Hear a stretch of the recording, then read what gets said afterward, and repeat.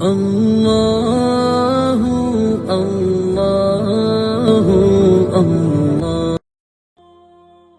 اللہ تعالیٰ نے ارشاد فرمایا کہ الذی خلق الموت والحیات لیبلوکم ایکم احسن عملا۔ فرمایا ہم نے موت اور حیات کو اس لیے پیدا کیا ہے تاکہ پتہ چلے تم میں اچھے کام کون کرتا ہے، بہترین عمل کون کرتا ہے، سوسائٹی میں معاشرے میں اچھا کردار کون چھوڑ کے جاتا ہے۔ نبی پاک صلی اللہ علیہ وسلم کے ایک صحابی حضور کی بارگاہ میں بیٹھے تھے تو حضرت اسرائیل علیہ السلام حاضر خدمت ہو گئے۔ عرض کی یا رسول اللہ صلی اللہ علیہ وسلم، ہم آپ کے اس غلام کی روح قبض کرنے والے ہیں تھوڑی دیر تک۔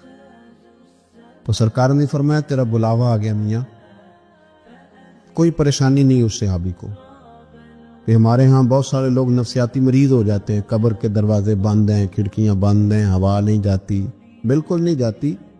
اس کے لیے جس نے قبر کو کبھی یاد ہی نہیں کیا، جو سارا دن بندہ ہی راضی کرتا رہا، کسی کا ولیمہ، کسی کا جنازہ، کسی کو فاتحہ، فقط اللہ کے لیے نہیں، بندوں کے لیے سارا دن یہی کام کرتا رہا تو قبر میں اندھیرا تو نظر آئے گا۔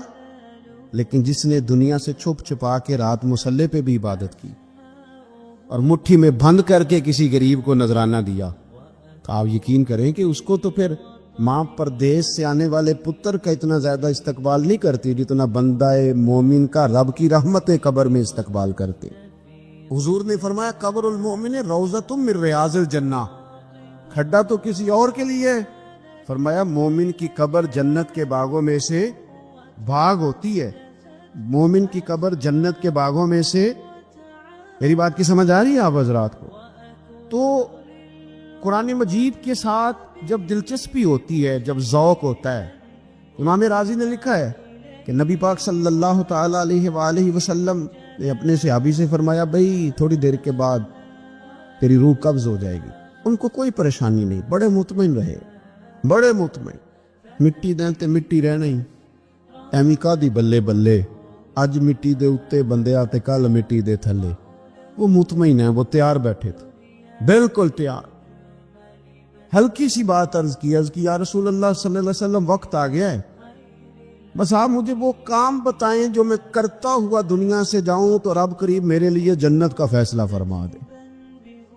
یہ آپ بتا دیں۔ نہ دوڑ کے گھر گئے، نہ کوئی وصیت لکھنے گئے، وہیں بیٹھے، حضور حکم کر دے کیا کروں؟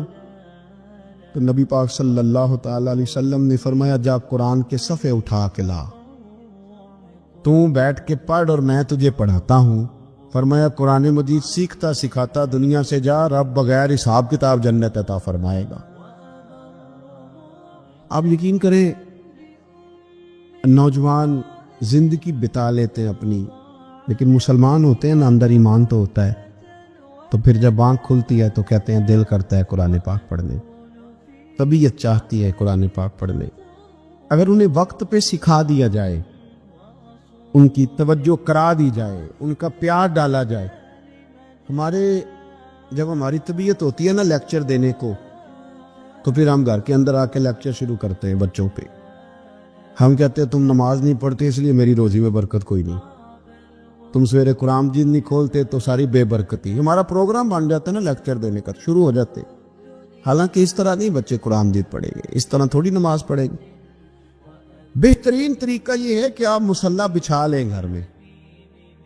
نبی پاک علیہ السلام نے فرمایا کچھ نفل گھر میں بھی پڑھا کرو، اپنے گھر کو قبرستان نہ بنا لینا۔ یہ مشکات میں موجود، سرکار کے گھر کا دروازہ مسجد میں کھلتا تھا، لیکن حضرت عائشہ صدیقہ فرماتی ہیں پھر بھی تہجد کی نماز اللہ کے رسول صلی اللہ علیہ وسلم اپنے گھر کے اندر ادا فرماتے تھے اور ساری رات کھڑے رہتے تھے۔ حضور نے لوگوں کو سمجھایا تھا، پہلے لوگ کسی عقیدے کے قائل ہی نہیں تھے، محبوب نے سمجھایا کہ دنیا مختصر ہے۔ حضور نے بتایا کہ مرنے کے بعد ہمارے لیے جو قبر ہے اس کو صرف ایک پہلو نہ سمجھ لینا، وہ گڑھا بھی ہے دوزخ کا، لیکن وہ جنت کا باغ بھی ہے۔ نبی پاک نے لوگوں کو ایجوکیٹ کیا، تعلیم دی، سمجھایا کہ تم ایک نظریاتی زندگی گزارو، فقط یہ 50-60 سال ہی کل زندگی نہیں، یہ تو تمہیں بھیجا گیا ہے کام کرنے کے لیے، کاشتکاری کرنے کے لیے، مرنے کے بعد تم نے اس کاشتکاری کا پھل کاٹنا۔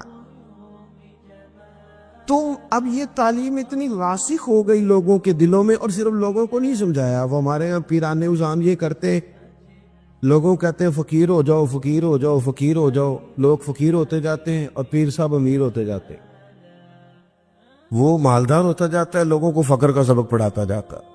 نبی پاک علیہ السلام نے لوگوں کو جب یہ کہا نا کہ زندگی چند روزہ ہے، تو یہ تعلیم لوگوں کو تو دی، لیکن اپنا حال یہ تھا، ایک وقت روٹی کھائی اور 3 وقت فاقہ کیا۔ محبوب نے چٹائی پر آرام فرمایا، حضور موٹے بان کی چارپائی پہ لیٹے، موٹے بانے پہ، اور یہ عمر فرماتے میں تبن سخت تھا، لیکن حضور کی کمر پر جب میں نے چارپائی کے نشان دیکھے تو میں رو پڑا۔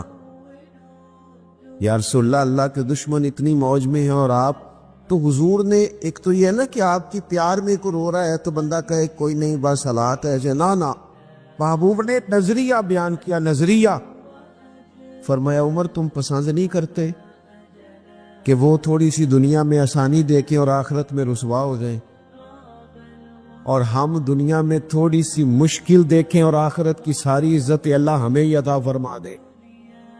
تو حضور تعلیم دیتے، سمجھاتے، قائل دلیل دیتے، لوگوں کو سمجھ آتے، اور وہ پھر شعور اتنا بلند ہوا، اتنا بلند ہوا، اتنا بلند ہوا، یقین، علم الیقین تک سے شروع ہو کر عین الیقین تک پہنچا اور حق الیقین تک پہنچا کہ حضرت انس بن نضر رضی اللہ تعالیٰ عنہ احد کے میدان میں جب موجود تھے نا، تو جنت کی باتیں سن سن کے، وہ تعلیم لے لے کے، قلبی واردات اس طرح کی ہو گئی تھی کہ میدان احد میں کھڑے ہو کے لوگوں سے کہہ رہے تھے نہ ادھر جاؤ، ادھر واپس آؤ، مجھے تو احد پہاڑ کے دامن سے جنت کی خوشبو آ بھی رہی ہے، جنت کی خوشبو آ رہی ہے۔ تو تعلیم کا کچھ نہ تھوڑا سا سیکھنے کا ماحول بنائے۔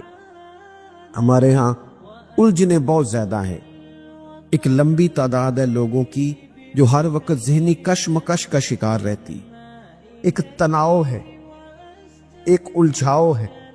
میں گزارش کرتا رہتا ہوں بزرگوں سے تو نہیں، جو دوست احباب ہیں علماء کی جماعت میں، کہتا ہوں کہ لوگوں کے جو مسائل ہیں اس پر گفتگو کی جائے، لوگوں کو ذہنی آسودگی کا موقع میسر آئے، انہیں پتہ چلے کہ یہ ہمارا اصل مسئلہ ہے، ہمارے جو وہ عادے کے نا حسد بہت بڑا مسئلہ ہے، اس پر نبی پاک علیہ الصلوۃ والسلام کی درجنوں احادیث موجود ہے، اور اس کے ہر پہلو پر حضور نے ہمیں سبق دی، بغض پر، جھوٹ پر، بدی پر، خیانت پر، رزق حلال کے فضائل پر، محبت پر۔ یہ جو ہمارے مسائل ہیں، ہم اگر حضور سے سیکھ لیں، ایک جنگ بنی رہتی ہے گھروں میں، چوکوں میں، چوراہوں میں، آپس میں، دفتروں میں، کٹھے بیٹھنے والے لوگوں میں، حتیٰ کہ دینی ماحول میں بھی اگر چند لوگ مل کے کام کرتے ہیں تو وہاں بھی کچھ نہ کچھ آپس میں چیزیں دلوں میں موجود رہتی ہے۔ شرط یہ ہے کہ ہم حضور سے سیکھیں، کشادگی پیدا ہو، دل بڑے ہو۔ تو نبی پاک نے اپنے لیے بطور معلم کا لفظ اعزاز کے طور پر حضور نے بیان کیا، اور دوسرا حضور نے فرمایا میں نا اخلاق عالیہ کی تکمیل کرنے دنیا میں آیا ہوں۔ ایک ہوتا ہے کوئی اچھی بات کرنا، بہت سارے لوگ اچھی باتیں کرتے ہیں، اور آج کل تو سارے لوگ یہ اچھی باتیں کرتے ہیں، پر مسئلہ صرف اتنا ہے کہ کرتے دوسروں کے لیے، اور جتنی اچھی باتیں ہو رہی ہیں وہ ساری اچھی باتیں دوسروں کے لیے۔ اگر وہ اچھی بات جو ہم کر رہے ہیں صرف وہ والی کریں نا جس پر ہم عمل کرتے، تو جو تبلیغ عمل سے ہوتی ہے وہ دیر پا ہوتی ہے، اس پہ وسعت ہو۔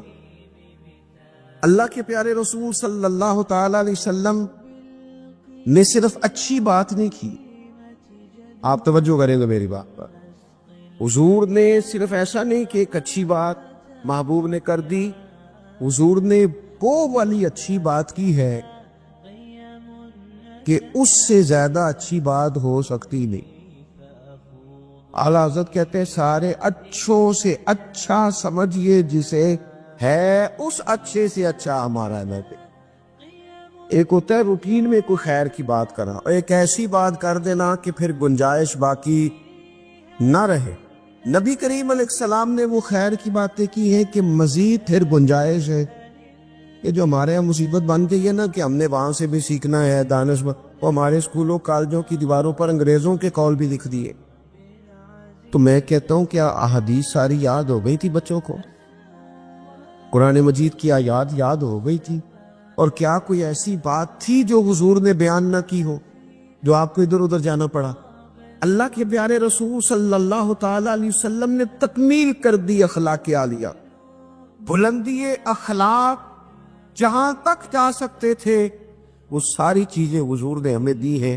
اخلاق کی کوئی ایسی بات نہیں جو رسول پاک صلی اللہ تعالی علیہ وسلم نے ہمیں نہ بتائی ہو، اور وہ باتیں ہمیں یاد بھی ہیں۔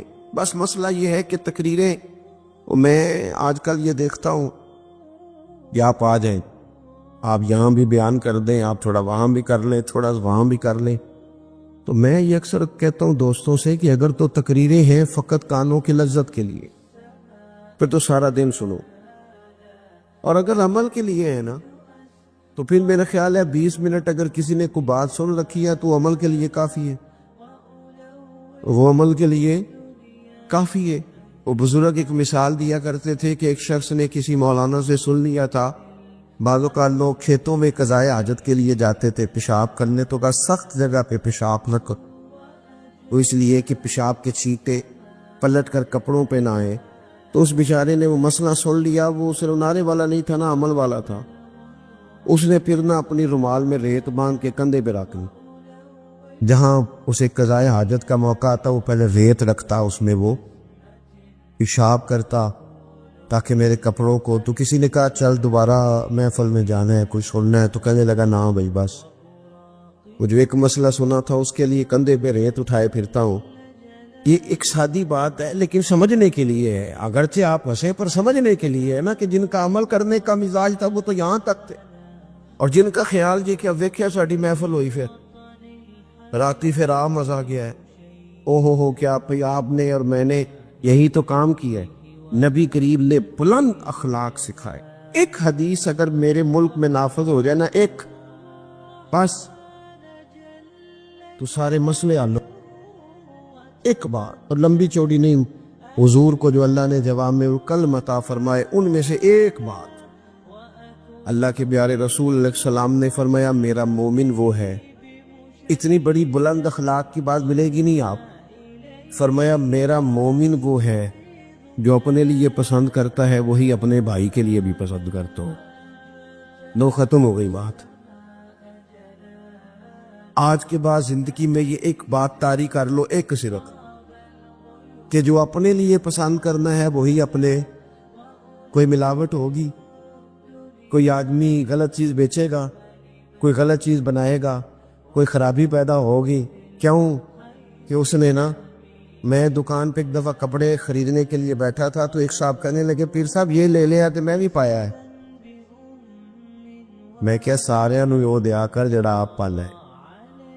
دیکھو نا یہ کیا بات ہوئی، آپ کو پہچان ہے نا کہ یہ کپڑا ٹھیک ہے تو آپ باقیوں کو خرید، آپ مارکیٹ سے لے کے ہی وہی آئیں گا جو آپ سمجھتے ہیں کہ یہ لوگوں کے لیے۔ کیوں ہم اس طرح کا کام کر، کیوں نہیں ہم سمجھتے کہ یہ غیر نہیں ہے، یہ ہمارے اپنے لوگ ہیں۔ یہ کیسے ہو سکتا ہے کہ کسی کے بچوں کو آپ ملاوٹ والی چیز کھلائیں اور بیماریاں آپ کے گھر نہ آئیں؟ داتا گانجی بخش علی اجمیری رحمت اللہ تعالی علیہ آپ فرماتے ہیں کہ حضرت جنید بغدادی کا مرید تھا، 4 دن پیر صاحب کے پاس آیا تو بعد میں خود پیر بن گیا، خود پیر بن گیا۔ وہ حضرت صاحب رحمت اللہ تعالیٰ نے دیکھا آ نہیں رہا، مرید اولاد ہوتے ہیں، ان سے پیار ہوتا ہے، ان کو اہمیت دی جاتی ہے، اور بعض اوقات غلط فہمی کا شکار بھی ہو جاتے ہیں۔ اہمیت دی گئی، یار نظر نہیں آ رہا، آپ نے سوچا شاید بیمار ہو گیا ہے۔ حضرت جنید بغدادی خود گھر تشریف لے گئے۔ حضرت جنید بغدادی جن کا ولیوں میں اس طرح مقام ہے جس طرح حضرت جبریل امین کا فرشتوں میں مقام ہے، اتنا بڑا، چل کے گھر گئے اور جا کے کہا السلام علیکم، کہتا جی وعلیکم السلام، تو آتا کیوں نہیں؟ تو مجھے باپ کی ضرورت ہی نہیں، میں اب خود بڑا پرہیزگار ہوں، مجھے کیا ضرورت ہے میں کسی کو اپنا بڑا مانوں، میں خود بڑا پرہیزگار ہوں۔ فرمایا ہوا کیا؟ کہنے لگا جی رات جب میں سوتا ہوں تو 2 فرشتے آتے مجھے براق پہ بٹھاتے ہیں اور جنت کی سیر کراتے، براق پہ بٹھاتے ہیں اور اللہ اکبر جنت کی سیر کراتے ہیں۔ میرے ہاتھوں کے تراشے ہوئے مٹی کے صنم آج بت خانے میں بھگوان بنے بیٹھے، میرے ہاتھوں کے تراشے ہوئے مٹی کے صنم دیکھو تو صحیح، آج بت خانے میں بھگوان بنے بیٹھے۔ اور رائے پوری کہنے لگے وہ پتھر جن کو سکھائی تھی قوت گویائی ہم نے، وہ جب بولنے لگے تو ہم پر ہی برس پڑے، بولنے لگے تو وہ ہم پر ہی برس پڑے۔ کہنے لگا جی اب تو میں اللہ خیر کرے بڑا اونچا اڑ رہا ہوں، آپ کبھی گئے جنت میں؟ آپ مسکرا پڑے، فرمانے لگے بیلیا آج جب جنت میں جائے تو ذرا لا حول ولا قوت بھی پڑھ لینا، آج جب جنت میں جائے تو ذرا وہ بھی۔ وہ کہنے لگا چلو ٹھیک ہے پڑھ لوں گا، اٹھ کے ملا بھی نہیں، حضرت واپس آ گئے۔ رات کو خواب آئی، جنت میں جانے لگا تو خیال آیا جناب جنید بغدادی نے کہا تھا پڑھ ہی لوں، پڑھنے لگا لا حول ولا قوت الا باللہ۔ آنکھ کھولی تو روڑی کے ڈیر پہ بیٹھا تھا، روڑی کے ڈیر پہ بیٹھا تھا۔ وہ جو بھاگ رہے تھے ان سے پوچھنے لگا مجھے کہاں چھوڑ کے جا رہے ہو خواب میں؟ تو کہنے لگے شیطان کے مختلف روپ تھے، تو اصل میں حضرت جنید کے پاس زیادہ آنے جانے لگا تھا تو اللہ کے قریب ہونے لگا تھا، تو ہم نے چکر چلا کے تجھے وہاں سے روکا، تو بیوقوف ہے سمجھ نہیں آئی۔ اب رونے لگا جاؤں تو کس منہ سے جاؤں، حاضری دوں تو کس منہ سے دوں، اب میں کیسے جاؤں اس کی بارگاہ ناز تک، کس طرح حاضری دوں؟ گرا جو ان کی نگاہ سے وہ سنبھل نہیں سکتا۔ لیکن جیسے ہی دروازے سے اندر داخل ہوا حضرت جنید نے آنکھ اٹھائی اور مسکرائے، فرمایا میں نے تجھے پہلے ہی کہا تھا کہ لاہور تو پڑھ لینا، فرمایا آ جا، اللہ والوں کے دروازے بند نہیں ہوا کرتے۔ میرے گاؤں کا ایک موچی ہے، جوتے گانٹتا ہے، اس شخص نے 4 بیٹیاں بیائی ہیں جوتے گانٹے، اور میرے ابا جی بتایا کرتے تھے کہ جن دنوں نا ڈھیلا چونی جوتا گانٹنے، اب تو جوتے کوئی گنڈواتا ہی نہیں، اب تو گانٹنے کا رواج نہیں، اب تو بچے نہیں لیتے، تو جوتا گانٹنے کے لیے جب اس کو دیتے تھے تو چونی اگر اس کی ہوتی تھی نا تو اس کو کہتے تھے نا روپیہ تو رکھ لے، تو کہتا کیوں رکھوں جی، میری چونیاں تو میں نے چونی لے لی، اور ناراض ہو جاتا تھا۔ 4 بیٹیوں کی شادی کی ہے اس نے، پھر اللہ نے اسے عمرہ بھی کرایا، اور آج بھی وہیں بیٹھا ہے۔ تو میں جب گاؤں جاتا تو میں کہتا ہوں چاچا میں تیرے ساتھ تصویر کھنچوانی ہے، تو مجھے کہتے پتر میرا تو منہ بھی نہیں تو گیا میرے ساتھ فوٹو، تو میں کہتا ہوں یار تو ایک انسان ہے۔ نہیں، حضرت معاویہ بن حکم رضی اللہ تعالیٰ عنہ کہتے ہیں میں نے حضور کی مسجد شریف میں نماز پڑھی تو ایک شخص کو نا چھینک آئی، یہ بھی بخاری مسلم میں موجود، تو میں نے نماز میں کہہ دیا یرحمک اللہ، یہ چھینک آنے کا جواب ہوتا ہے، میں نے یہ نماز میں کہہ دیا، تو بہت سارے لوگ مجھے گھورنے لگ گئے، کچھ نے اپنے ہاتھ بھی مارے زانوں پر کی یہ کیا کر رہے ہو، نماز میں بول رہے ہو؟ فرماتے ہیں نماز مکمل ہوئی اور یہ لفظ ہے حضرت معاویہ بن حکم رضی اللہ تعالیٰ عنہ کے، فرمانے لگے قسم اللہ کی میں نے حضور سے بہتر سمجھانے والا نہ پہلے کبھی دیکھا ہے نہ بعد میں کبھی دیکھا۔ فرماتے ہیں نہ حضور نے مجھے مارا نہ ڈانٹا، بلکہ جس طرح ایک بچے کو گویا ٹریٹ کیا جاتا ہے، سمجھایا جاتا ہے۔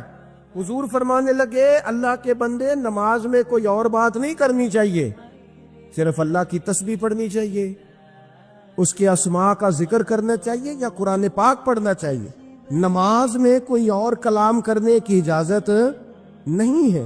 ہمارے ہاں لوگ دینی مسئلہ سمجھاتے ہیں تو اتنا ان کے مزاج میں تلخی ہوتی ہے بعض اوقات، اللہ ماشاءاللہ کچھ لوگوں کی طبیعت اتنی کرخت ہوتی ہے، بچہ نماز پڑھ رہا ہے اور حاجی صاحب اس کے ساتھ کھڑے نماز پڑھ رہے ہیں، لیکن وہ اس کو کھڑا کر رہے ہیں تو یوں کندھے سے ہلا کے تینوں آج تک نہیں پتا نماز ہے کہ یا دین سکھا رہے، یہ اخلاقی رویہ دین سکھانے کا، یہ لب و لہجہ دین سکھانے کا، قطعاً ایسا کوئی کام نہ کریں۔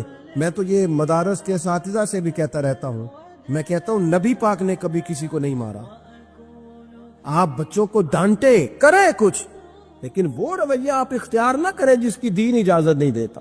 تو اخلاقیات میں ان چیزوں کا ضرور خیال کریں۔ ایک روایت اور عرض کر دوں آپ کو، حضرت جابر بن عبداللہ رضی اللہ تعالیٰ عنہ فرماتے ہیں میرے والد احد میں شہید ہو گئے تھے، میرے ذمہ بہنوں کا بوجھ بھی تھا اور قرضہ بھی تھا، اللہ کے محبوب علیہ السلام نا مختلف طریقوں سے مختلف انداز میں میرے اوپر کرم نوازیاں فرماتے. نوازنے کا طریقہ، آپ نہ کسی کو نوازیں بہانے سے.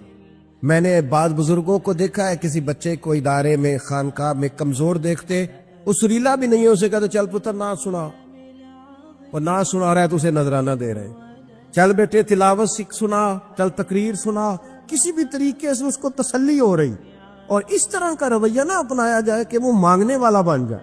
یہ اخلاقی بلندی ہوتی ہے آپ کی، کہ آپ کسی شخص کو بہانوں سے نوازیں. اس طرح کا ماحول نہ بنائیں کہ آپ اسے کہیں کہ چونکہ تو کمزور ہے، غریب ہے، فقیر ہے، لہذا تجھے دے رہا ہوں. حضرت جابر ابن عبداللہ فرماتے ہیں، اور یہ بھی آپ کو مسلم شریف میں ملے گا، فرماتے ہیں کہ جنگ میں حضور کے ساتھ تھا، میرا اونٹ بڑا کمزور ہو گیا، بیمار ہو گیا، چل نہیں رہا تھا. حضور میرے قریب آئے اور پیچھے آ کے فرمانے لگے اسے بھگاتا کیوں نہیں؟ میں نے کہا حضور بیمار ہے، کیسے بھگاؤں؟ تو نبی پاک نے نا اونٹ کو ایک درہ لگایا اور گویا پیغمبر اعظم نے حکم دیا، نبی رحمت نے، نبی اکرم نے حکم دیا، فرمایا اونٹ بھاگتا کیوں نہیں؟ وہ جو سب سے پیچھے تھا وہ سب سے آگے نکل گیا. واہ کیا جود و کرم ہے شہ بطحا تیرا، اور نہیں سنتا ہی نہیں مانگنے والا تیرا. سرکار نے حکم دیا، وہ اونٹ سب سے آگے نکل گیا. اب حضور گھوڑا دوڑا کے آگے آئے، فرمانے لگے جابر یہ اونٹ میرے ہاتھ بیچ نہیں دیتا، وہ بیمار تھا، حضور کے حکم سے بھاگا ہے، فرمایا بیچ نہیں دیتا. کہا نہیں یا رسول اللہ آپ ویسے ہی رکھ لیں. فرمایا نہیں میں پیسے دوں گا. یا رسول اللہ آپ کا یہ ہے. فرمایا نہیں آپ قیمت بتائیں. حضور ٹھیک ہے اتنے کا اونٹ ہے، میں مدینہ طیبہ جا کے آپ کی خدمت میں پیش کر دوں گا. حضرت جابر ابن عبداللہ فرماتے ہیں حضور نے مجھ سے اونٹ خریدا. مدینہ طیبہ پہنچ کر نبی پاک صلی اللہ تعالی علیہ وسلم نے سیدنا بلال حبشی سے فرمایا جابر کو اونٹ کی قیمت بھی دے دو اور کچھ پیسے زیادہ بھی دے دو. فرماتے ہیں مجھے اونٹ کی قیمت بھی مل گئی، کچھ پیسے زیادہ بھی مل گئے. اور جب میں حضور کی بارگاہ میں حاضر ہوا اونٹ پیش کر کے اور قیمت لے کے جانے لگا تو حضور فرمانے لگے جابر جانا نہیں، قیمت بھی تیری ہے، اونٹ بھی تیرا ہے. نبی پاک نے وہ اونٹ بھی تحفے میں مجھے واپس دے دیا. یہ اخلاقی رویے کی بلندی کہ کسی شخص کی غربت میں اسے نوازنا، لیکن اس طرح کا نوازنا کہ اسے محسوس نہ ہو. حضرت عمار ابن یاسر رضی اللہ تعالیٰ عنہ کے پورے خاندان کو کفار نے گھیر لیا، مارنا پیٹنا شروع کیا، آپ کو بھی، آپ کے بھائی کو بھی، آپ کی والدہ کو بھی، آپ کے والد کو بھی. اتنا مارا کہ لہو لوہان کر دیا، زخم پہ زخم کھا کے جی خونے جگر کے گھونٹ پی اور آہ نہ کر لبوں کو سی. یہ عشق ہے کوئی دل لگی نہیں، یہ آزمائش حسن ہے. اگر کسی کو راہ خدا میں آئے. سیدنا عمار ابن یاسر کی والدہ کو اس طرح مارا کہ ان کی ایک ٹانگ ایک اونٹ کے ساتھ باندھ دی، دوسری کے ساتھ باندھ دی، اور پھر ان کو نیزے مارے حتیٰ کہ 2 حصوں میں کٹ گیا وجود. اور وہ باہمت خاتون درد سہتے سہتے اپنے رب کے حضور حاضر ہو گئی. پھر ان کے والد کو شہید کیا. کس کے لیے؟ کس کے نام پر؟ کس وجہ سے؟ پھر ان کے بھائی کو شہید کیا. پھر جناب عمار ابن یاسر وہ سخت صدمے میں تھے، پھر ان کو مار رہے، پھر ان کو مجبور کیا کلمات کفر کہنے کے لیے. ان کے منہ سے نکل گئے، انہوں نے ایسے کلمات کہہ دیے جو معاذ اللہ کفریات تھے. اب اتنا زد و کوف ہوا، تکلیف دی، بول دیا انہوں نے. لوگ دوڑے گئے نبی کریم کی بارگاہ میں، عمار تو معاذ اللہ کافر ہو گئے. بات بتانے والے نے تو بات بتا دی، پر جو جواب آیا وہ بڑا نرالا تھا کہ حضور اس نے کفر کیا ہے. محبوب فرمانے لگے خاموش ہو جا، عمار سر سے لے کر پاؤں تک ایمان ہی ایمان ہے. فرمایا ایمان تو اس کے خون کے اندر، اس کے وجود کے اندر، اس کے لہو کے اندر، جسم کے اندر سرایت کر گیا ہے ایمان. اور جس کے سینے میں، گوشت میں، لہو میں سرایت کر جائے وہ کیسے کافر ہو سکتا ہے؟ لیکن چونکہ انہوں نے مجبوراً یہ کہا تھا، پھر وہ خود دوڑے ہوئے آئے، عرض کی یا رسول اللہ پتہ نہیں کیا حال کر دیا کہ میرے منہ سے کلمات نکل گئے. محبوب فرمانے لگے تو کلمات کی چھوڑ، دل کی بتا. دل کی بتا، تیرے دل کی کیفیت کیا ہے؟ عرض کی یا رسول اللہ دل تو ہر لمحے کے لیے ایمان پر مطمئن ہے۔ تو محبوب نے فرمایا کوئی بات نہیں، پھر جان بچانے کے لیے ایسا کرنا پڑے تو حرج ہے، کوئی ڈٹ جائے نہ کفر کرے تو اعلیٰ شہید ہے، لیکن اپنی جان بچانے کے لیے کسی نے مجبور ہو کر صرف زبان سے یہ کلمات کہتی ہے تو حرج۔ حضرت عبداللہ ابن عمر رضی اللہ تعالیٰ عنہ فرماتے، ابن ماجہ میں موجود ہے، فرماتے ہیں مغرب کی نماز ہم نے پڑھی تھی اور کچھ لوگ چلے گئے اور باقی ہم لوگ بیٹھ گئے مسجد شریف میں کہ عشاء پڑھ کے جائیں گے، تو سرکار بھی چلے گئے نماز پڑھا کے، پر تھوڑی دیر کے بعد واپس آ گئے اور اتنی تیزی سے حضور آئے کہ ظاہری طور پر سانس مبارک پھولا ہوا تھا۔ حضور فرمانے لگے کیا کر رہے ہو یہاں؟ حضور وہ ہم نماز کا انتظار کر رہے ہیں۔ فرمایا تم یہاں نماز کا انتظار کر رہے ہو اور رب فرشتوں کے سامنے تم پر فخر فرما رہا۔ ان دلہ بندے کا مرتبہ کیا ہے اللہ کی بارگاہ میں؟ اس کا حضرت ابی بن کعب رضی اللہ تعالیٰ عنہ صحابی ہیں، نبی کریم تشریف لے گئے ان کے پاس، کریم نے کرم فرمایا، میں نے سنا ہے وہ بن سور کر میری عیادت کو آ رہے ہیں۔ نبی کریم صلی اللہ علیہ وسلم خود یعنی حضور خود تشریف لے آئے، نبی کریم نے مہربانی فرمائی۔ حضرت ابی بن کعب کہتے ہیں حضور میرے پاس آ کے کہنے لگے مجھے اللہ نے حکم دیا ہے کہ میں تمہیں قرآن سناؤں، مشکات میں موجود ہے۔ تو ابی بن کعب وجد کی کیفیت میں کہنے لگے حضور اللہ نے میرا نام لیا، میرا نام اس نے لیا ہے، میرے مالک نے میرے کریم نے میرا نام لیا ہے۔ حضور فرمانے لگے ہاں اللہ نے آپ کا نام لیا ہے اور مجھے حکم دیا ہے آپ کو قرآن سناؤں۔ حضرت ابی بن کعب پھوٹ کے روئے، حضور میرے مالک نے میرا نام لیا، میرے مالک نے، اللہ کے حضور دیکھیے مقام کیا ہے بندوں کا۔ حضرت سعد بن معاذ کا انتقال ہو گیا، نبی کریم ان کے خیمے میں داخل ہوئے جہاں ان کی میت مبارک پڑی تھی، تو حضور ایک قدم یہاں رکھتے ایک تھوڑا ہٹا کے رکھتے، یہ بھی لوگ ہیں دنیا سے جا رہے ہیں، یہ بھی ہیں جو دنیا چھوڑ رہے ہیں، ان اللہ مرتبہ کیا ہے؟ حضور ایک قدم مبارک یہاں رکھتے ایک ذرا ہٹا کے رکھتے، حضور اس کی کیا وجہ ہے؟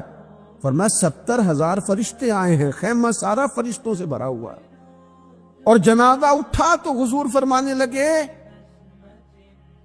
سعد بن معاذ کے وصال سے، ان کی شہادت سے اللہ کا عرش ہل گیا ہے، اسے وجد آ گیا ہے، اتنا بڑا شخص۔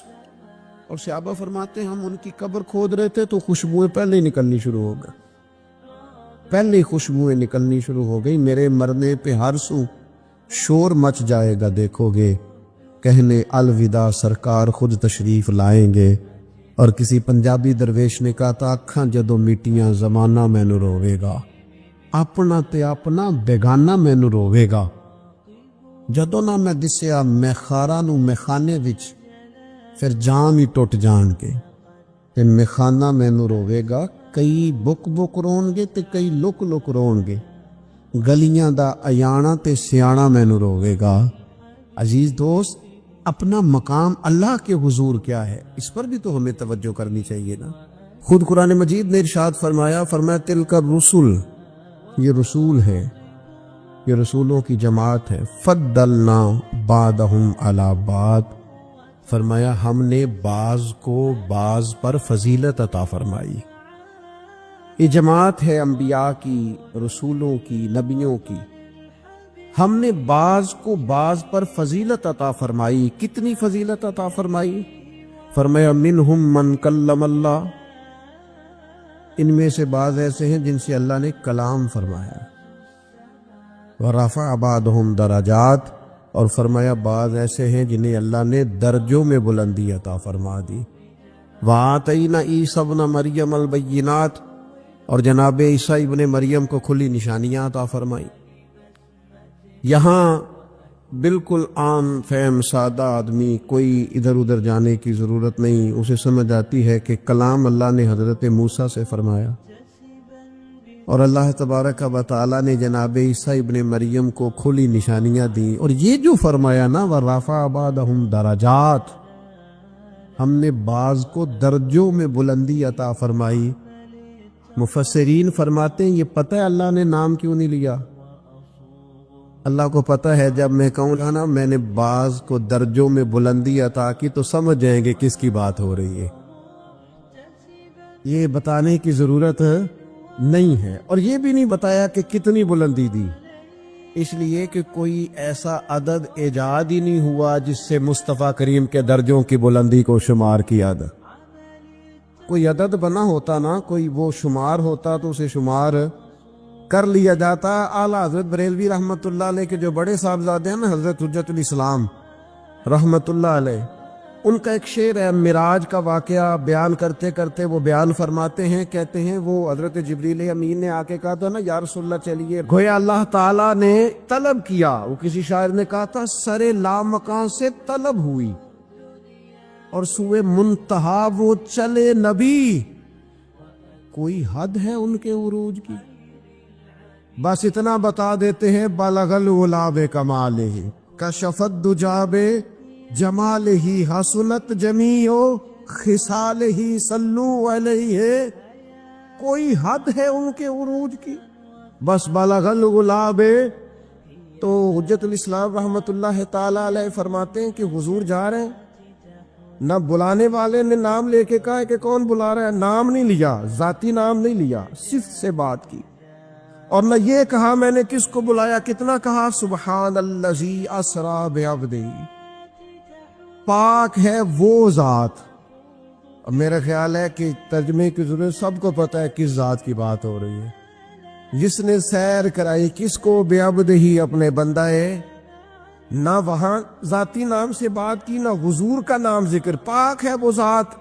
تو حضرت حجت الاسلام فرمانے لگے طالب کا پتہ مطلوب کو ہے، اور مطلوب ہے طالب سے واقف. یہ بڑے لوگوں نے اس پر کلام کیے ہوں گے، لیکن بڑے باپ کے بڑے بیٹے کی بڑی بات سنیں. فرمانے لگے اعلیٰ حضرت بریلوی کے بڑے صاحبزادے حجت الاسلام حضرت مولانا شاہ حامد رضا خان صاحب رحمت اللہ علیہ فرمانے لگے طالب کا پتہ مطلوب کو ہے، اور مطلوب ہے طالب سے واقف. پردے میں بلا کر مل بھی لیا، پردہ بھی رہا، سبحان اللہ. دیکھو پردے میں بلا کر مل بھی لیا اور پردہ بھی رہا. حضرت ابراہیم علیہ السلام اور جناب اسماعیل علیہ السلام خانہ کعبہ کی تعمیر کر رہے ہیں.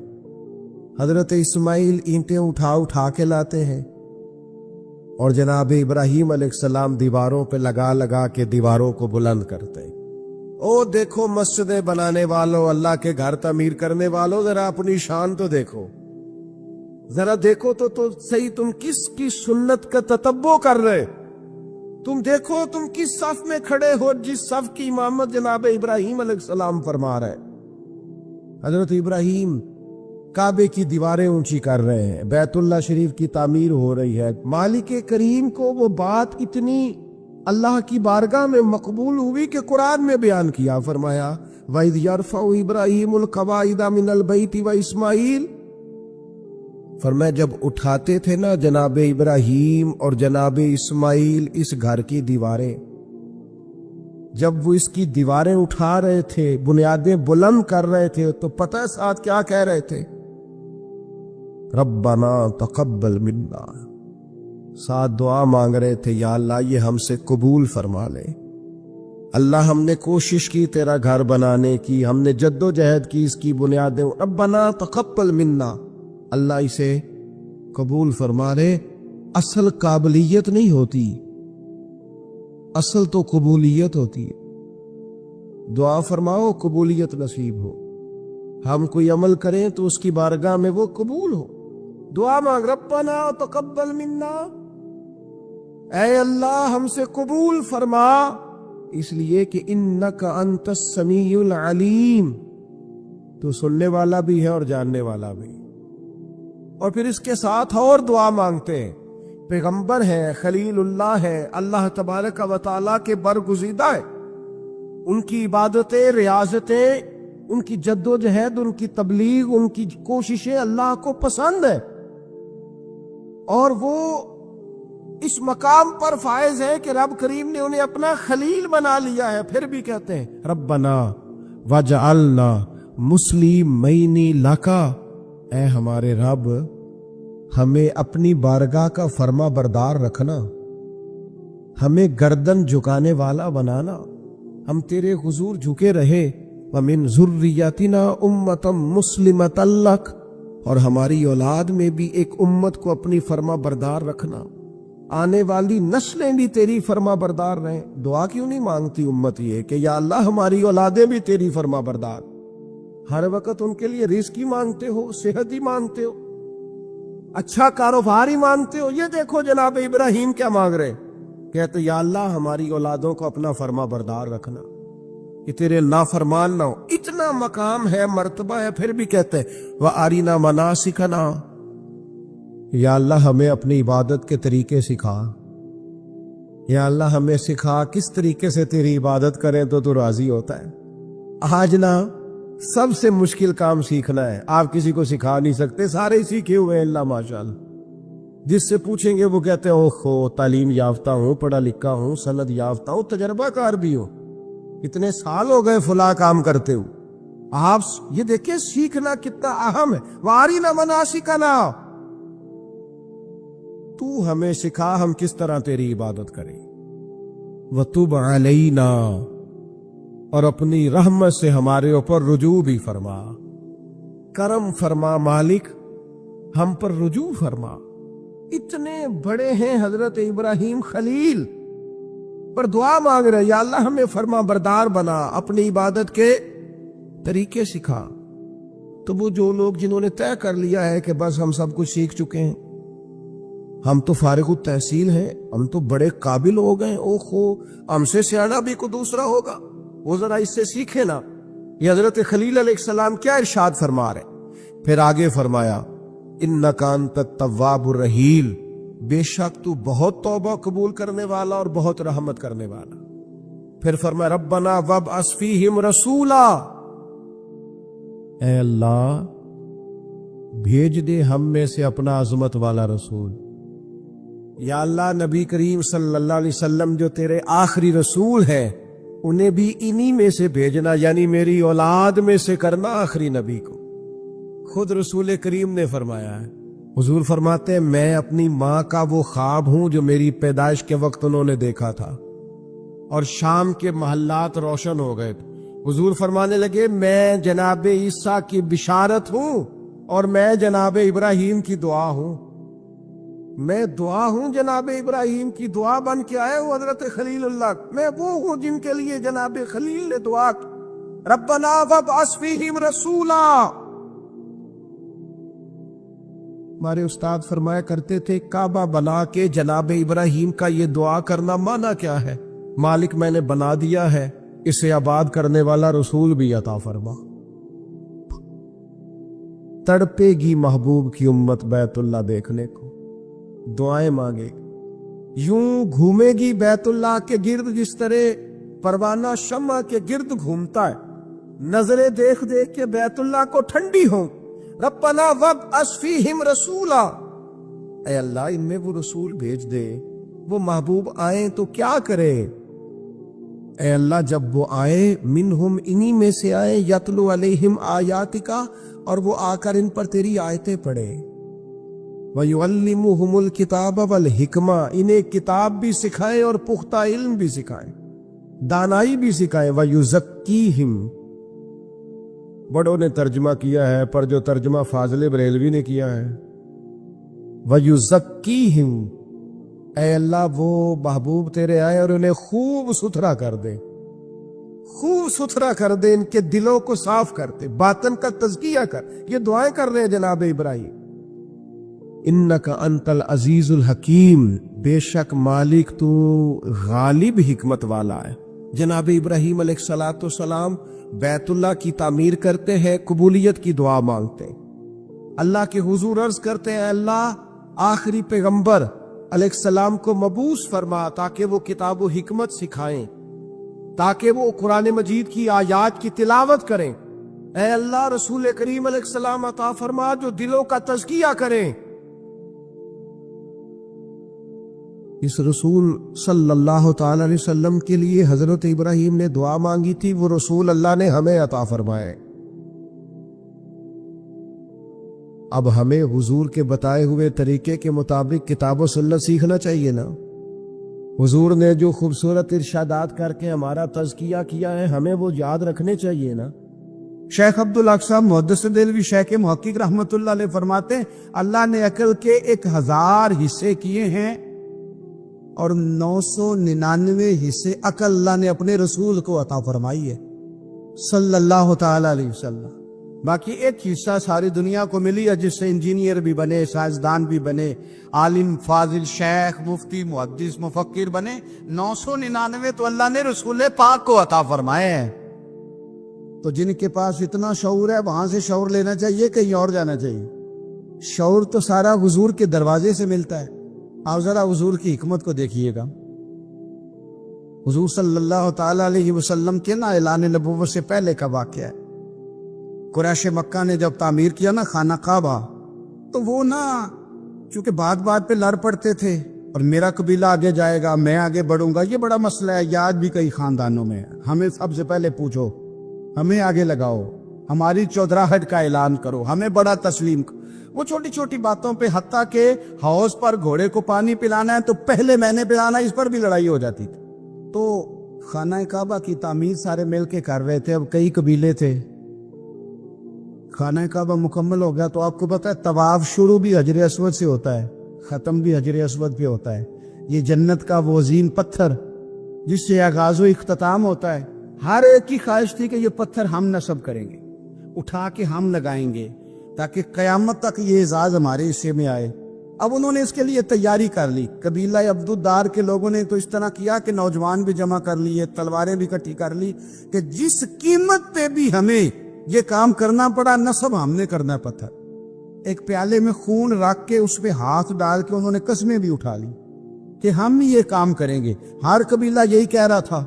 اور جب بات بڑی بڑھ گئی نا تو ابو امیہ بن مغیرہ ایک سیاںہ آدمی تھا، وہ کہنے لگا یار لڑو نا، ایک طریقہ ہوتا ہے نا کسی چیز کو بھی حل کرنے کا۔ اس نے کہا یار اس طرح کرو، ایک مسئلہ اس طرح کر کے نا حل کر لیں، ایک بات میں نہ بتاؤں، آپس میں نہ لڑو، کل جو بندہ سب سے پہلے حدود حرم میں داخل ہو، وہ کوئی بھی ہو جو فیصلہ کرے قبول کر لو گے، کر لو گے، کر لو گے، کر لو گے، ہاں ہو گئی سب کی، قربان جائیں۔ سب سے پہلے حدود حرم میں مدینے والے معبود تشریف لائے، رسول کائنات صلی اللہ علیہ وسلم۔ اب تو اور بندہ خوش ہو گیا، کہنے لگے لو بھئی یہ تو صادق اور امین ہے، اسیر دشمن کی چاہ میں بھی، مخالفوں کی نگاہ میں بھی امین ہے، صادق ہے، معتبر ہے، میرا پیغمبر عظیم تر ہے۔ نبی پاک صلی اللہ علیہ وسلم تشریف لائے، انہوں نے کہا جی آپ جو فیصلہ بھی کریں قبول ہے، آپ بتا دیں کون سا قبیلہ حجر اسود اٹھا کے، باقی خانہ کعبہ کی تعمیر مکمل ہو گئی، حجر اسود کون سا قبیلہ لگائے، پہلے طے کر لیا تھا جو حضور فیصلہ کریں گے سب کو قبول ہوگا۔ اب اگر حضور ایک کے حق میں فیصلہ کر دیتے تو تیار تھے نا باقی قبول کرنے کو۔ اب وہ سارے قبیلے نظریں حضور پہ لگائیں، نتیجہ نکلنا ہے، یہ سمجھ لے پاس فیل کا نہیں، فرسٹ سیکنڈ کا نتیجہ ہے۔ کس کو شہادت ملتی؟ ای شہادت بزور بازو نیز کس کو ملتی ہے؟ قربان جاؤں حضور کی حکمت پر، نبی پاک کے تدبر پر۔ اب ایک کو بھی اگر حضور کہتے تو لگا دے تو باقی وعدہ کر چکے تھے مانیں گے، پر یاد پریشانی تو ہوتی ہے نا کہ ہم سیکنڈ آ گئے، تھرڈ آ گئے۔ اب یہ سب چاہ رہے تھے شہادت لینا، تو رسول پاک نے نا چادر بچھائی، حجر اسود اٹھا کے رکھا، فرمایا لڑو نا، سارے یہ ایک ایک کونے سے چادر پکڑ لو، قربان جائیں۔ سب نے اٹھا لیا اور اٹھا کے این اس جگہ لے آئے جہاں نصب کرنا تھا۔ حضور نے اپنے دست مبارک سے پکڑا، وہاں لگا دیا۔ اب کوئی سب سے پوچھتا نا کس نے لگایا ہے تو سب یہی سمجھتے تھے ہم نہیں لگایا ہے، اور آخری فیصلہ یہ تھا ہم سب نہیں لگایا ہے۔ یہ حکمت ہے رسول پاک کی۔ تیرے آگے ہیں یوں دبے لچے فصحاء عرب کے بڑے بڑے، کوئی جان منہ میں زبان نہیں بلکہ جسم میں جان نہیں۔ نبی پاک علیہ السلام نے فرمایا جو نماز تم اپنے گھر کے اندر پڑھو گے، ایک نماز کا اللہ تمہیں ثواب دے گا، جماعت کے ساتھ پڑھو گے تو 27 نمازوں کا ثواب، لیکن فرمایا وہی نماز اگر تم میری مسجد نبوی میں آ کے پڑھو گے تو اللہ 50,000 نمازوں کا ثواب عطا کرے گا، 50,000 نمازوں کا۔ اور مدینے والے حبیب فرمانے لگے وہی نماز اگر تم نے بیت اللہ میں آ کے پڑھی تو نماز ایک ہوگی، لیکن رب تمہیں 1,00,000 نماز کا ثواب عطا فرمائے۔ اب یہ فضیلت حضور نے بیان کی، فضیلت دیکھیں، اللہ تعالیٰ کی رحمتیں ہر جگہ برستی، یہاں کب برسیں گی ہمیں کوئی پتہ نہیں، تقریر کے وقت، خطبے کے وقت، نماز کے وقت، دعا کب برسیں گی نہیں پتہ، لیکن خانہ کعبہ کا جو معاملہ ہے اور وہاں جو رحمت کا معاملہ ہے، ملا رومی فرماتے ہیں کہ خدا کی رحمت اگر تجھے اتنی مل جائے نا قطرے کے برابر بھی، تو سمجھ لے تیری دنیا بھی بن گئی اور تیری آخرت بھی بن گئی۔ اب میرے نبی پاک علیہ السلام کی حدیث سنیں، حضور فرماتے ہیں روزانہ بیت اللہ شریف پر اللہ کی 120 رحمتوں کا نزول ہوتا ہے۔ یا رسول اللہ کس وقت ہوتا ہے؟ فجر کے وقت، ظہر کے وقت، عصر کے وقت، طواف کے وقت، نماز کے وقت، کب؟ تو حضور نے طے کر کے بتایا، فرمایا 120 رحمتیں اللہ خانہ کعبہ پہ نازل فرماتے ہیں۔ یا رسول اللہ کب؟ فرمایا 60 رحمتیں تو ان پہ برستی ہیں جو بیت اللہ کا طواف کرتے، اور فرمایا 40 رحمتیں اس پر برستی ہیں جو حرم شریف میں نماز پڑھتا ہے، اور حضور فرماتے ہیں کچھ بھی نہ کرے بس بیٹھ کے کعبے کی زیارت ہی کرتا رہے، 20 رحمتیں تو اللہ اسے بھی عطا فرما دے۔ کتنی مقدس جگہ ہے، وہاں جانے کا ذوق، وہاں جانے کی تڑپ، وہاں جانے کا شوق۔ ان لوگوں سے تھوڑا سا شکوہ ہے جو کہتے ہیں جی میں نے جی بڑی راج راج کے زیارت کر لی ہے، بس راج گئے، ختم ہو گئی بات۔ سنو، نبی پاک علیہ السلام نے 53 سال حیات ظاہرہ کے وہاں گزارے، 53 سال، لیکن جناب صدیق اکبر رضی اللہ تعالیٰ عنہ فرماتے ہیں قربان جاؤں، جس رات میرے کریم محبوب علیہ السلام ہجرت کی رات مکہ مکرمہ سے نکل رہے تھے تو حضور پلٹ پلٹ کے بیت اللہ کو دیکھتے، حضور پلٹ پلٹ کے دیکھتے تھے، اور پھر میرے محبوب کریم علیہ السلام نے پلٹ کے کعبے کی طرف دیکھ کے فرمایا بیت اللہ تو مجھے بڑا ہی پیارا ہے، تو مجھے بڑا ہی پیارا ہے، اے شہر مکہ تو مجھے بڑا ہی پیارا ہے۔ فرمایا اگر میری قوم مجھے پریشان نہ کرتی میں تجھے کبھی چھوڑ کے نہ جاتا۔ 53 سال رہنے کے باوجود بھی حضور کا بیت اللہ سے پیار، نبی پاک کی اس شہر کے ساتھ وابستگی، وہ دلچسپی، وہ ذوق، وہ شوق، وہ کیفیات، کیوں مان پڑتے جا رہے ہیں ہمارے جذبے؟ ہمارے سیاست کی باتیں روز ہونے لگی ہیں، بحثوں کی باتیں روز ہوتی، لیکن اپنا عشق مضبوط کرنے کی بات، آپ یقین کریں یہ جو عشق ہوتا ہے یہ بندے کو آزاد کر دیتا ہے، یہ بندے کو عشق آزاد کر دیتا ہے۔ اعلیٰ حضرت فرماتے ہیں اے عشق تیرے صدقے جلنے سے چھٹے سستے، جو آگ بجھا دے گی وہ آگ لگائی ہے۔ اور علامہ اقبال کہنے لگے، اقبال سمجھاتے ہیں، وہ کہتے ہیں بجھی عشق کی آگ اندھیر ہے، اب مسلمان نہیں اب خاک کا ڈھیر ہے۔ کہتے ہیں بغیر عشق کے نا کوئی کام بھی، نماز بھی بغیر عشق کے پڑھی جاتی ہے تو کوئی مزہ ہی نہیں دیتی، بندے کہتے ہیں دل ہی نہیں لگتا، پیری مریدی ہے بغیر عشق کے ایسی رسم ہی ہے، ٹھیک ہے گزارا چل رہا ہے، قرآن شریف کی تلاوت ہے تو بغیر عشق کے کیسے کیفیات چلیں گی؟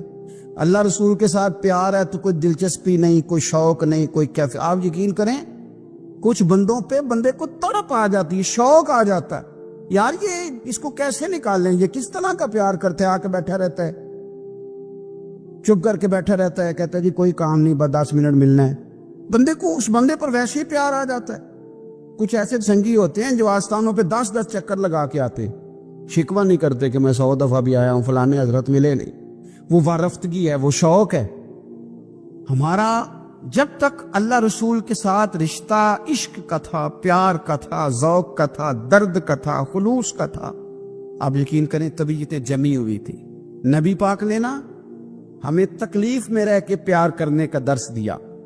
بخاری مسلم میں حدیث ہے، حضور اپنے مدینے کی شان بیان کرنے لگے، حضور فرمانے لگے، محبوب فرماتے ہیں یمن فتح ہوگا تو وہاں کھیت اچھے ہوں گے، کھلیان اچھے ہوں گے، کاروبار اچھے ہوں گے، تو کچھ لوگ مدینے والے وہاں جا کے رہنے لگ جائیں گے، آباد ہو جائیں گے، لیکن حضور فرماتے المدینہ تو خیر لہم لو کانوا یعلمون۔ بات کو سمجھنا، فرمایا کہ وہاں کھیت کھلیان اچھے ہیں، ان کا کاروبار وہاں زیادہ چلے گا، لیکن رسول کریم نے فرمایا مدینہ ہی ان کے لیے بہتر تھا، کاش وہ اس بات کو جان لیتے۔ فرمایا پھر عراق فتح ہوگا تو وہاں بھی کچھ لوگ چلے جائیں گے، کاروبار ان کا اچھا چل جائے گا، وہاں رہنے لگیں گے، لیکن فرمایا المدینہ تو خیر لہم لو کانوا یعلمون، فرمایا مدینہ ہی ان کے لیے بہتر تھا، کاش وہ سمجھ لیتے۔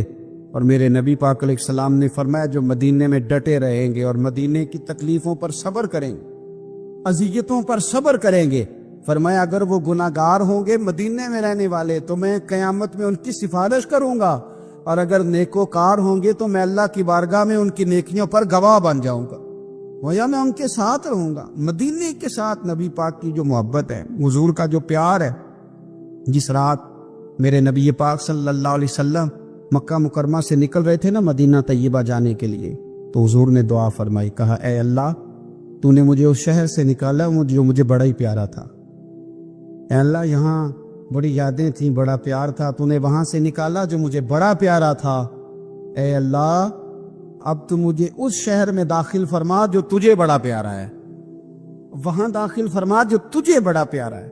مدینہ طیبہ کے لیے نبی پاک نے دعا فرمائی، کہا اے اللہ تیرے نبی ابراہیم علیہ السلام نے مکے کے لیے دعا کی تھی، میں مدینے کے لیے دعا کر، اللہ مدینے میں دگنی برکت عطا فرما۔ اللہ کے محبوب علیہ السلام کی خاص دلچسپیاں مدینہ طیبہ کے ساتھ۔ مدینے والوں نے نہ حکمرانی نہیں کی، تو حضور نے پہلے کہہ دیا تھا خلیفہ قریش میں سے ہوگا، لیکن حکمرانی نہیں کی، غلامی کی۔ مدینے والوں نے نبی پاک کے دروازے کی گدائی کی، مدینے والے ہر میدان میں حضور کے سامنے کھڑے ہوئے دشمن کے مقابلے میں، مدینے والوں نے پیار کیا۔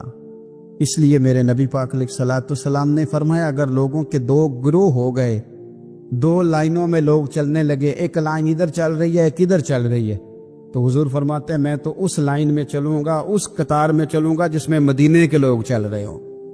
انصار مدینہ کے ساتھ حضور کا پیار، اس شہر کے ساتھ حضور کی دلچسپیاں، پیار دیکھیں نا،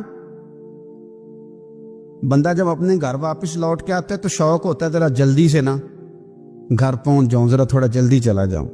کئی سفر سے آئے، صحابہ فرماتے ہیں کہ جب نبی پاک کسی جنگ سے، جہاد سے، سفر سے لوٹتے، مدینے کی عمارتیں نظر آتی تو گھوڑا تیز کر لیتے،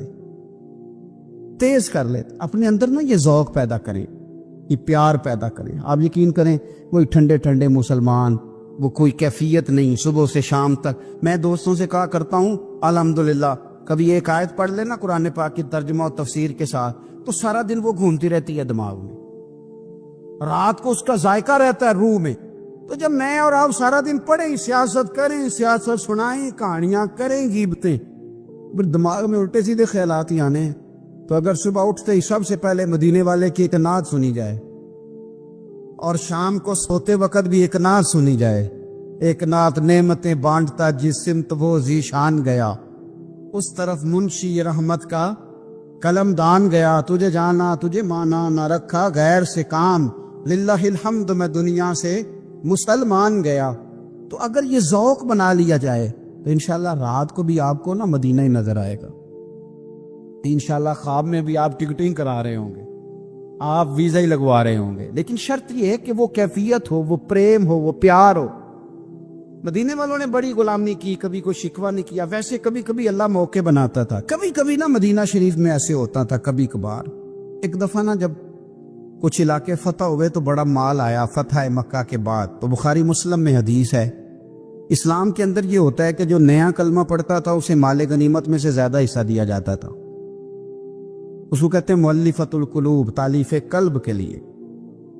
تو چونکہ یہ قانون تھا تو نبی پاک صلی اللہ علیہ وسلم نے نا مکے والوں کو ذرا مال تھوڑا زیادہ دیا۔ مدینے میں سے ایک آدھ نوجوان نے کہا کہ حضور نا آپ اپنے رشتہ داروں کی طرف توجہ زیادہ کرنے لگے، یہ بھی محبت کی جنگ ہوتی ہے نا، قربان جائیں۔ حضور سید عالم علیہ السلام تک بات پہنچی، اور اسی طرح پہنچی کہ ایک آدھ نوجوان نے بات کی ہے۔ نبی پاک علیہ السلام نے ترکی خیمہ لگوایا، فرمایا مکے والا کوئی نہ آئے، صرف مدینے والے آئیں۔ سارے حضور کے سامنے بیٹھ گئے، ذرا منظر دیکھنا، حضرت ابو ایوب انصاری رضی اللہ تعالیٰ عنہ سے لے کر سارے انصار۔ حضور نے فرمایا بھی میں نے سنا ہے تم میں سے کچھ نے کہا ہے کہ حضور اپنے رشتہ داروں کو زیادہ دینے لگے، رو پڑے مدینے والے، یا رسول اللہ وہ تو ایک نوجوان نے غلطی فرمایا نہیں نہیں، تم کہہ سکتے ہو کہ یا رسول اللہ صلی اللہ علیہ وسلم مکے والوں نے تو آپ کو تکلیف دی تھی، ہم نے آپ کو ٹھہرایا، تم کہہ سکتے ہو، تم کہہ سکتے ہو چونکہ تم نے ٹھہرایا تھا۔ مدینے والے رونے لگے کہ یا رسول اللہ ہم کون ہوتے ہیں ٹھہرانے والے، وہ تو آپ آئے، اللہ نے مدینے کو شانیں عطا کر دی۔ میرے محبوب نے فرمایا تم کہو نا کہ یا رسول اللہ مکے والے تو بدر میں تلواریں لے کے آ گئے تھے، ہم تھے جنہوں نے سینے پیش کیے تھے۔ رو رہے ہیں نہیں حضور ایسا تو نہیں ہے، وہ تو آپ نے مہربانی کی تو بدر میں ہم میں سے کچھ شہید ہو گئے، کچھ غازی بن گئے کی برکت سے۔ حضور نے فرمایا تم کہو کہ احد کے میدان میں انہوں نے پتھر مارے تھے، ہم نے سینہ پیش کیا تھا۔ حضور بھی رونے لگے، مدینے والے بھی رونے لگے۔ نبی کریم نے فرمایا تم کہو کہ جانے ہم نے قربان کی، تم کہو کہ حضور قربانیاں ہم نے دی، کہہ سکتے ہو تم نے دی ہیں، ہمارا حق بنتا ہے کہو۔ اور جب رو رو کے بے حال ہو گئے تو سرکار بھی روئے، کھل کے روئے، پھر آنسو پونچھے اور کریم رسول فرمانے لگے او بھولے مدینے والو، کیا تم یہ نہیں پسند کرتے کہ لوگ جب اپنے گھروں میں جائیں تو بھیڑ بکریاں لے کے جائیں، اور جب مدینے والے اپنے گھر جائیں تو اللہ کے رسول کو ساتھ لے کے جائیں؟ تم یہ نہیں پسند کرتے کہ تمہارے ساتھ میں جاؤں؟ یہ نہیں تمہارا شوق؟ دیکھو کسی کے حصے میں کچھ آیا، کسی کے حصے میں کچھ آیا، کسی کے حصے میں کچھ آیا۔ مدینے والے وہ لوگ ہیں جن کے حصے میں اللہ کا پیارا حبیب آیا، تمہیں رسول کریم ملے، تم کتنے خوش بخت ہو، کتنے خوش نصیب ہو، تمہیں نبی پاک کا ساتھ ملا۔ حضور ہے، یہ ہے ارض جنت، یہ طیبہ کی زمین ہے، جنت بھی یہیں اور مال کے جنت بھی یہیں ہے۔ مدینہ طیبہ کے ساتھ مسلمان کا خاص پریم رہا، خاص پیار رہا۔ آپ یقین کریں ہمارے پرانے لوگ جو ہوتے تھے وہ گلے ہوتے تھے کسی زمانے میں، پتہ نہیں اب نئے نوجوانوں نے دیکھے بھی ہیں کہ نہیں، اب گلے نہیں ہوتے، اب بینک اکاؤنٹ ہوتے ہیں۔ گلا ہوتا تھا مٹی کا، تو بوڑھی اماں اس میں پیسے ڈالتی تھی، بوڑھی عورتیں پیسے ڈالتی تھی۔ اماں یہ تو کیا کر رہی ہے؟ تو کہتے میں نے مدینہ دیکھنا ہے۔ کمیٹیاں ڈالتے تھے لوگ چوری، میں نے مدینہ دیکھنا۔ لوگ صبح شام درود شریف پڑھتے تھے کہ میں نے حضور کا مدینہ دیکھنا ہے۔ رب جانے سونے محبوبہ تیرے شہر دیاں بھی کی لذتاں نے، رب بھی جانے۔ مجھے بھی اللہ نے کچھ موقع دیا ہے، پر آپ یقین کریں ابھی بھی جب کبھی دل پورا بند ہونے لگتا ہے نا، گھبرا جاتا ہے، تو جو چیز سب سے پہلے یاد آتی ہے وہ مصطفیٰ کا مدینہ یاد آتا ہے۔ رب بھی جانے سونے محبوبہ تیرے شہر دیاں بھی کی لذتاں نے، ایک رون جنہاں نے ویکھیا نہیں، ایک تے رون نہ جنہاں نے۔ رب بھی جانے سونے محبوبہ تیرے شہر دیاں بھی کی لذتاں نے، ایک رون جنہاں نے ویکھیا نہیں، تے ایک رون دوبارہ جامن لے، ایک رون جنہاں نے ویکھ اور ایک رون دوبارہ۔ میرے رسول کریم علیہ السلام کا شہر نور، اس کی برکات، اس کا حسن، اس کی وارفتگی۔ نبی پاک صلی اللہ علیہ وسلم مکہ فتح ہوا تو سیرت نگار کہتے ہیں کہ بعض اہل مدینہ کے دلوں میں خیال آیا کہ شاید حضور کو پیار بڑھا نا مکے سے، شاید اب نبی پاک مکے میں رہنا چاہیں گے، تو کچھ نے کہہ بھی دیا کہ یا رسول اللہ اگر آپ وہاں رہنا چاہیں تو ہماری طرف سے پابندی کوئی نہیں۔ اللہ کے محبوب کی آنکھوں میں آنسو آئے، فرمایا مجھے مکے سے بڑا پیار ہے، بڑا پیار ہے۔ اس کی وجہ یہ ہے کہ میری ماں کی یادیں مکے میں، میرے والد کی محبتیں مکے میں۔ فرمایا بڑا پیار ہے مجھے مکے سے، میں یہاں ختیجہ کو بیاہ کے لایا تھا، جہاں میری بیٹیاں پیدا ہوئی تھیں، یہاں میں نے بڑا کچھ دیکھا، مجھے بڑا پیار ہے۔ اور ہوتا بھی ہے، جو اپنا علاقہ ہوتا ہے نا، اپنا دیش، وہ شاعر نے کہا تھا دیش سے آنے والے بتا یاران گلستان کیسے ہیں، پیار ہوتا ہے اپنے علاقے سے۔ تو حضور نے فرمایا مجھے مکہ بڑا ہی پیارا ہے، بڑی محبت ہے، لیکن مدینے والوں اب فیصلہ کر لیا جینا بھی تمہارے ساتھ ہی ہے، اور دنیا سے جانا ہے تو قبر بھی مدینے میں ہی بنے گی۔ اور حضور فرمانے لگے جب قیامت میں اٹھوں گا تو قبر بھی مدینے سے ہی کھلے گی۔ اپنا خاص ذوق، وہ خاص وارفتگی، وہ خاص محبت مدینہ طیبہ کے ساتھ جو ایک مسلمان کی ہونی چاہیے، اس محبت کو سلامت کریں، اس کا ذوق۔ آپ اگر دین اسلام کو دیکھیں گے نا تو دین اسلام کے سارے اخلاقی پہلو، دین کا سارا حسن، دین کا سارا وقار، وہ نقشے جب ہم حدیثوں میں پڑھتے ہیں تو سب سے پہلے مدینہ ہماری نظروں میں آتا ہے، اس لیے کہ وہ ساری کیفیات، ان کا تعلق مدینہ طیبہ کے ساتھ ہے۔ میرے رسول کریم صلی اللہ علیہ وسلم نے مدینے کے ساتھ خاص محبت کی۔ حضور فرماتے ہیں کہ جس طرح سانپ جب اس پر حملہ ہو تو وہ چاروں جانب سے اسے گھیر لیا جائے تو وہ اپنی بل میں گھس جاتا ہے نا، فرمایا اسی طرح ایمان جب چاروں جانب سے گھبرا جائے گا نا قیامت کے قریب، تو فرمایا سمٹ کے میرے مدینے میں داخل ہو جائے گا، مدینے میں ایمان رہے گا۔ حضور نے فرمایا دجال مدینے میں داخل نہیں ہوگا، طاعون کی وبا مدینے میں داخل نہیں ہوگی۔ مدینہ طیبہ کے چاروں جانب اللہ نے فرشتے بٹھا دیے، 70 ہزار فرشتوں کے پہرے لگا دی، مدینے کی حفاظت پر فرشتے مامور ہیں۔ میرا تو ایمان ہے، ٹھیک ہے اس گورنمنٹ نے کہا ہے کہ مدینہ میں بھی کورونا کے کیس آئے ہیں، پر میرا دل نہیں مانتا۔ میں آپ کو صحیح کہتا ہوں، مسجد میں بیٹھا ہوں، میری طبیعت نہیں مانتی، اس لیے کہ مدینہ تو نام ہی شفا والی جگہ کا ہے۔ میری طبیعت نہیں مانتی، میرا ذوق نہیں مانتا، اس لیے کہ جس مدینے میں طاعون کی وبا نہیں آئی، نہ آ سکتی ہے، وہاں کوئی اور مرض بھی اس طرح آ سکتا؟ مدینہ تو شفا کی جگہ ہے۔ عارف رومی رحمۃ اللہ علیہ فرماتے ہیں کہ وہ مثال دینے کے لیے بات سمجھاتے ہیں، فرماتے ہیں ایک شخص جنگل میں لکڑیاں کاٹنے جایا کرتا تھا تو شیر سے دوستی ہو گئی، یعنی ڈائریکٹ بادشاہ سے دوستی ہو گئی، اور بادشاہ بھی وہ جو جنگل کا بادشاہ ہے، جنگل کے بادشاہ سے دوستی ہو گئی۔ اب وہ لکڑہارا غریب آدمی تھا، لکڑیاں تو کاٹنی ہوتی تھی، تو وہ جنگل کا بادشاہ اعلان کر دیتا جانوروں کو کہ میرا دوست آیا، ایک تو کوئی تنگ نہ کرے، اور دوسرا یہ کہ سب لوگ مل کے اس کے ساتھ تعاون کرے۔ کبھی کوئی جانور لکڑیاں اکٹھی کراتا، کبھی کوئی اپنی پشت پہ گدھا، بیل، گھوڑا، خچر رکھ کے وہ لکڑیاں باہر چھوڑنے آتا۔ تو اب اس کی بڑی دھوم مچ گئی جنگل کے اندر، لکڑہارا مزدور تھا، وہ بادشاہ سے دوستی کر کے بادشاہ ہی بن گیا۔ وہ گھر آ کے نا بیوی کو اکثر بتاتا کہ میرا ایک دوست ہے، میں جاتا ہوں تو ساری پہلے ہی مخلوق کھڑی ہوتی ہے میرے استقبال کے لیے، دوستی جو بڑے سے ہو گئی ہے۔ بنا ہے شاہ کا مصاحب تو پھر ہے اتراتا، وگرنہ شہر میں غالب کی آبرو کیا ہے۔ ہمیں تو پوچھتا ہی کوئی نہیں، یہ تو بنا ہے شاہ کا مصاحب تو پھر ہے اتراتا، وگرنہ شہر میں غالب کی آبرو کیا ہے۔ تو وہ لوگوں کو بتاتا، بیوی کو بھی بتاتا دوست ہے، تو بیوی کہنے لگی اتنی تو تعریفیں کرتا، یہ نہیں بتایا کہ وہ جنگل کا شیر ہے، پر میرا دوست بتا دیا۔ بیوی کہنے لگ گئی کہ تو اتنا جو اس کا ذکر کرتا ہے تو کسی دن بلا نا، بلا کسی دن تاکہ اس کی دعوت کریں۔ اب اس نے پھر نہ اس کو پردے میں رکھا، کیا کہتے ہیں آج کل سرپرائز دینا ہے، اگر سرپرائز دینا ہے پردے میں رکھا کہ وہ شیر ہے۔ تو وہ بلا لیا گھر، اب اس کے لیے کچا گوشت، ظاہر ہے شیر نے کچا گوشت دکھانا تھا۔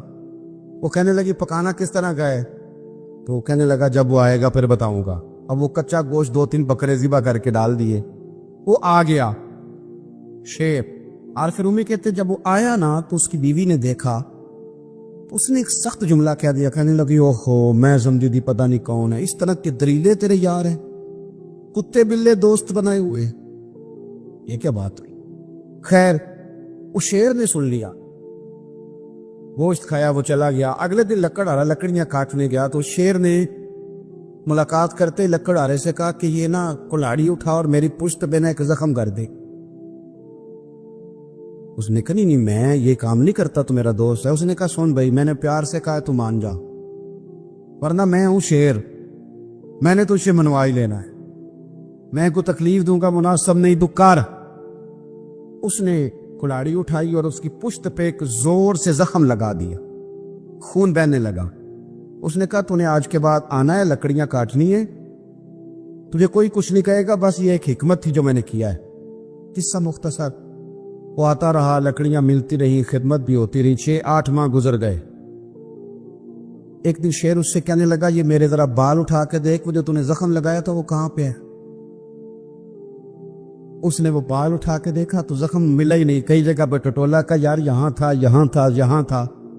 شیر نے پھر کیا کمال جملہ کہا، اس نے کہا کہ وہ جو کلاڑی کا زخم تو نے لگایا تھا نا وہ مکمل ہو گیا، لیکن تیری بیوی کا جو لہجہ تھا اور اس کی جو تلخی تھی وہ آج تک میرے ذہن میں موجود ہے، وہ ابھی بھی مجھے تکلیف دیتی ہے۔ وہ بات سوچتا ہوں مجھے اس نے درندہ کہا، اس نے میرے بارے میں اتنے کچے اور کمزور اور سخت جملے کہے، تو وہ بات مجھے بھولتی، وہ آج بھی میرے ذہن میں اسی طرح گونجتی ہے۔ تلخ جملے جو اس نے کہے اور خوفناک جو انداز اس نے اختیار کیا، وہ بات مجھے کبھی بھی بھولتی۔ تو آپ کے لفظ لوگوں کو بھول جاتے ہیں، پر لہجہ یاد رہتا ہے اگر ہم اپنے لہجے پر تھوڑی توجہ ہی کر لیں۔ کچھ لوگ کہتے ہیں جی میرا روٹین یہ ہے بات کرنے کی، تو یہ یاد رکھنا کسی وقت ایسا بھی ہوتا ہے کہ شیر کو سوا شیر مل جاتا ہے، پھر ایسا نہ ہو کہ آپ کی تلخی کی جواب میں کوئی اس طرح کی تلخی ہو کہ پھر آپ اس کو کبھی بھلا نہ سکیں۔ ہمارے ہاں نا یہ دور تیزیاں دکھانے کا دور ہے، کچھ لوگ ضرورت سے زیادہ تیزی دکھانے کی کوشش کرتے ہیں، ان بیچاروں کا کبھی کبھی اتنا سخت نقصان ہوتا ہے کہ ان کو ان سے بھی کئی گنا تیز بندہ مل جاتا ہے، وہ کسی ایسی جگہ جا کے بیچارے الجھ جاتے ہیں جہاں سے واپسی کا راستہ نظر نہیں آتا۔ بابا فرید الدین گنجے شکر کے پاس بندہ آ گیا، اس نے کہا پرانا بخار ہے جاتا کوئی نہیں۔ بابا صاحب نے کہا بسم اللہ الرحمن الرحیم، قل هو اللہ احد اللہ الصمد لم یلد ولم یولد ولم یکن لہ کفوا احد، پھونک ماری، بندہ کہتا بیٹھے بیٹھے میرا بخار اتر گیا۔ اس نے گاؤں جا کے اعلان کر دیا جس کا نہیں اترتا سارے آ جاؤ، رش ہو گیا، پھونکیں بڑی نکلی، شفا کوئی نہیں۔ لوگوں نے پکڑ کے پھینٹی لگائی ہے، میں کہا اتنی دور سے آئے ہیں اور تو اللہ کے بندے رام ایک کو بھی نہیں آیا۔ وہ بابا صاحب کے پاس آ گیا، کہنے لگا سورت اخلاص دو ہیں کہ ایک ہی ہے؟ بابا صاحب کہنے لگے بیٹے ایک ہی ہے۔ کہ حضرت جی آپ پھونک مارے تو بیٹھے بیٹھے بخار اتر جائے، میں نے 100 دفعہ پڑھی ہے، 100 پھونکیں ماری ہے، ایک کا بھی نہیں نکلا، آپ کوئی اور والی پڑھتے ہیں؟ آپ فرمانے لگے سورت اخلاص ایک ہی ہے، پر منہ بھی تو فرید الدین کا چاہیے نا، منہ بھی تو۔ فرمایا مجھے اللہ تبارک و تعالیٰ نے توفیق دی ہے، میں نے کبھی غیبت نہیں کی، میں نے کبھی جھوٹ نہیں بولا، میں نے کبھی حرام نہیں کھایا، میں نے کبھی اپنی زبان سے کسی کا دل نہیں دکھایا۔ فرمایا میں نے اس زبان میں طاقت پیدا کی ہے، پھر جب قرآن کا نور آیا ہے تو اللہ نے تاثیر بنا دی ہے، پھر اللہ نے اثر پیدا کر دی۔ حضرت بابا فرید الدین مسعود گنج شکر رحمت اللہ علیہ کے نا ایک بڑے منظور نظر خلیفہ ہوئے جن کا نام تھا جمال الدین ہانسوی۔ اتنے محبوب تھے بابا صاحب کو کہ بابا صاحب نا ان کی وجہ سے ان کے گاؤں رہے 3 سال جا کے ہانسا میں، بڑے محبوب تھے۔ بابا صاحب کسی کو خلافت نامہ دیتے تو کہتے میرے جمال سے سائن کرا لو، تو حضرت بابا جمال الدین لاڈلے تھے نا، تو لاڈلے پھر لاڈلی ہوتے ہیں، لیکن میری رائے یہ ہے کہ لاڈلوں پہ آزمائشیں بھی زیادہ آتی، کہتے سائن کرا لو، تو وہ لے کے جاتے اجازت نامہ، تو کئی دفعہ حضرت جمال الدین پکڑ کے پھاڑ دیتے، لوگ آگے کہتے بابا صاحب انہوں نے تو پھاڑ دیا ہے۔ فرمایا جس کو جمال الدین پھاڑ دے فرید الدین سیاہ نہیں کرتا، ختم ہو گئی بات، پھاڑ دیا تو چھٹی کرو۔ بڑا پیار تھا ان سے۔ حضرت بہاؤالدین زکریا ملتانی رحمت اللہ علیہ ملنے آئے، میں مضمون سمجھا رہا ہوں آپ کو، میری بات پہ توجہ کرنا۔ ان کی نظر پڑی حضرت جمال الدین ہانسوی پہ، تو انہیں یہ درویش بڑا پسند آیا، ملتان شریف جا کے خط لکھا، کہنے لگے بابا صاحب میرے سارے مرید اور خلیفے لے لیں، یہ جمال الدین مجھے دے دے۔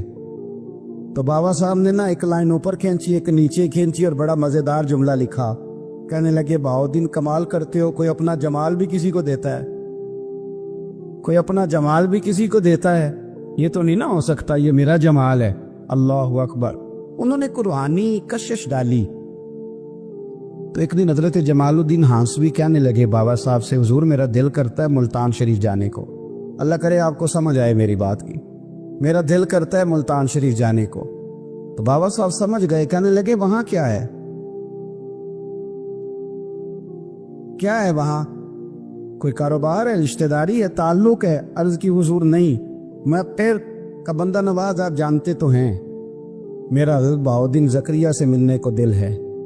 آپ نے فرمایا وہ میرے بھی دوست ہے، مجھے اعتراض کوئی نہیں تھا، پر جس طرح تو جا رہا ہے جا، پھر ادھر ہی جانا، اور گرا جو ان کی نگاہ سے وہ سنبھل نہیں سکتا، ایک در پڑھیے محکم پڑھیے تے پھر ایک دے ہی ہو کے مریے۔